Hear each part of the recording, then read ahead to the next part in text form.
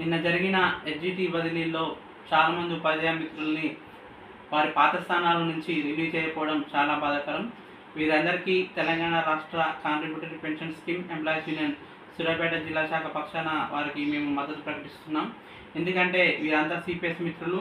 వీరంతా సుదీర్ఘకాలం మారుమూల ప్రాంతాల్లో ఉద్యోగాలు చేసి ఇటీవలి కాలంలో జరిగిన బదిలీల్లో మంచి పాయింట్లతో వారు పట్టణాల దగ్గరికి రావడం జరిగింది.